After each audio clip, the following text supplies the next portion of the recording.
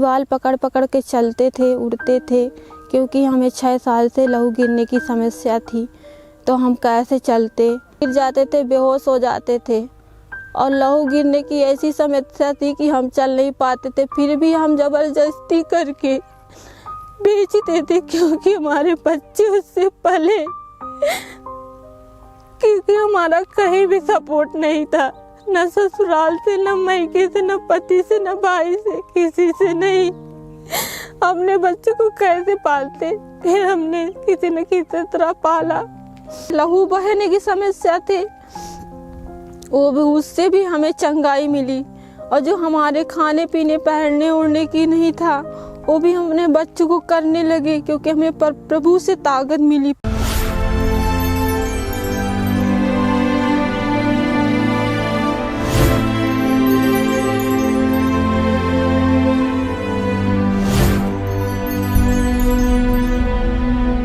सभी भाई बहनों को जय मसीह की।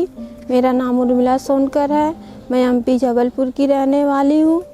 मेरे जीवन की यह गवाही है कि मैं दुष्ट आत्माओं और गरीबी और लहू गिरने की इन सभी चीज़ों के समस्याओं से बहुत परेशान थी।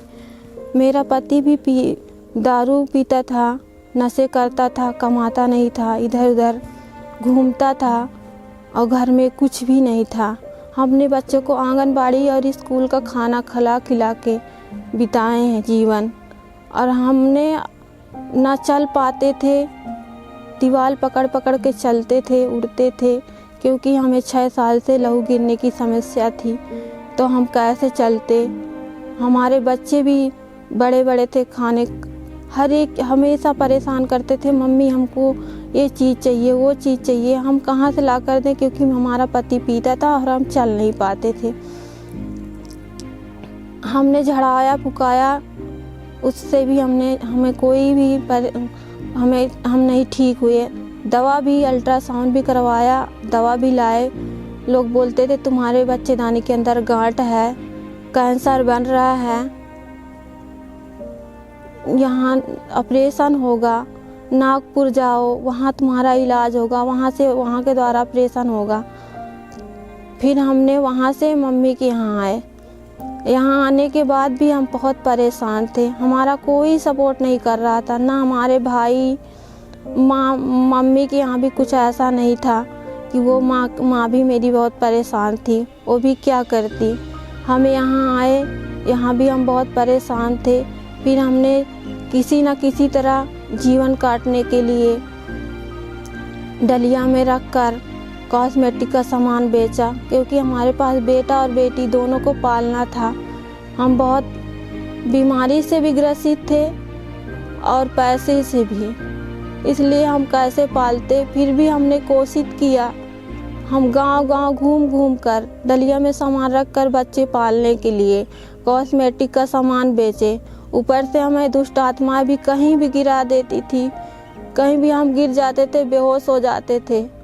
और लहू गिरने की ऐसी समस्या थी कि हम चल नहीं पाते थे। फिर भी हम ज़बरदस्ती करके बेचते थे, क्योंकि हमारे बच्चे उससे पले, क्योंकि हमारा कहीं भी सपोर्ट नहीं था, न ससुराल से, न मायके से, न पति से, न भाई से, किसी से नहीं। अपने बच्चों को कैसे पालते, फिर हमने किसी न किसी तरह पाला। फिर किसी ने, कोई बहन ने हमें बार बार समझाया, तुम वहाँ चलो ठीक हो जाओगी।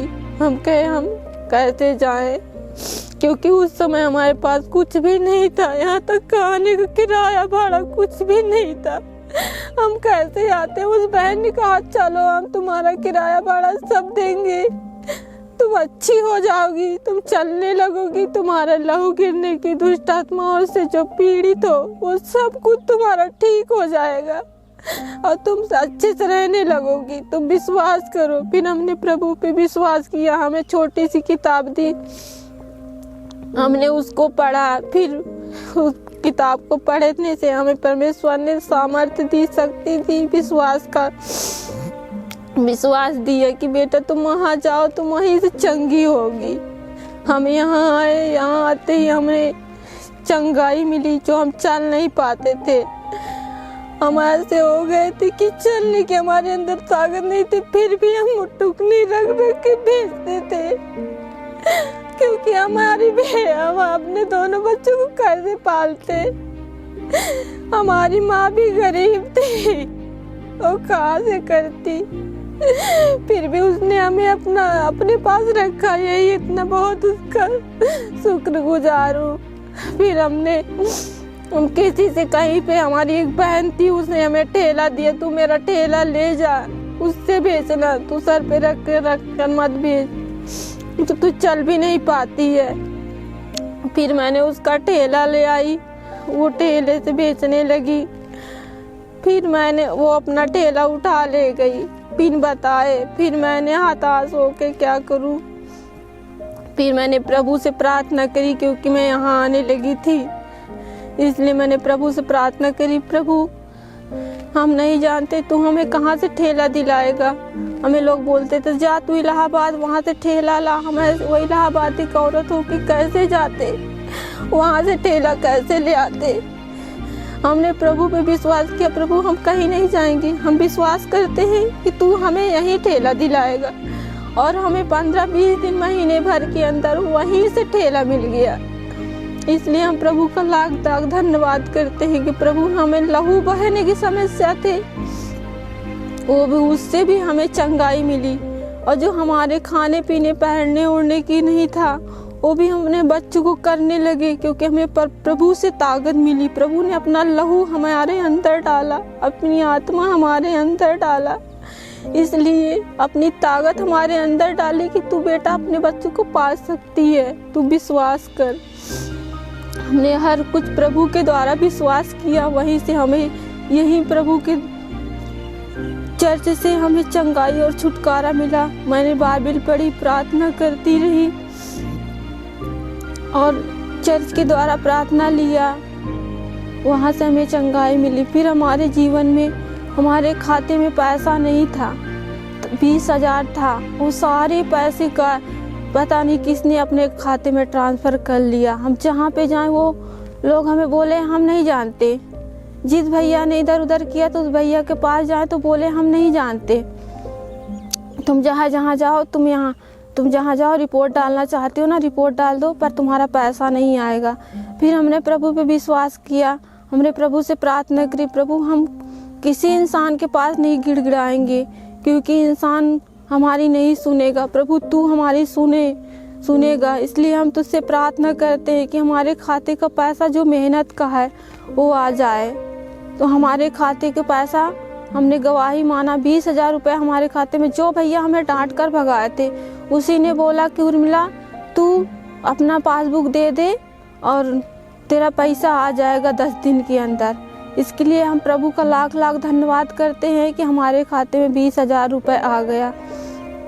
हमारा बच्चा भी सर के गांठ से बेहोश हो जाता था और हमने प्रभु से प्रार्थना करा। जब से मैंने प्रार्थना करी, हमारा बच्चा एक बार भी हमारे सामने बेहोश नहीं हुआ। हमारी बेटी भी दुष्ट आत्माओं से, हमारे बाद हमारी बेटी बीमार होने लगी, वो भी सर दर्द से, वो भी दुष्ट आत्माओं से चीखने चिल्लाने लगी। हमने प्रभु कलसिया के द्वारा प्रार्थना लिया और हमने प्रार्थना करी, बाइबल पढ़ी और हमारी बेटी भी चंगी हो गई। इसके लिए प्रभु का लाख लाख धन्यवाद करते हैं और राम सेवक भैया का हम लाखों लाख धन्यवाद करते हैं। सभी भाई बहनों को जय मसीह की।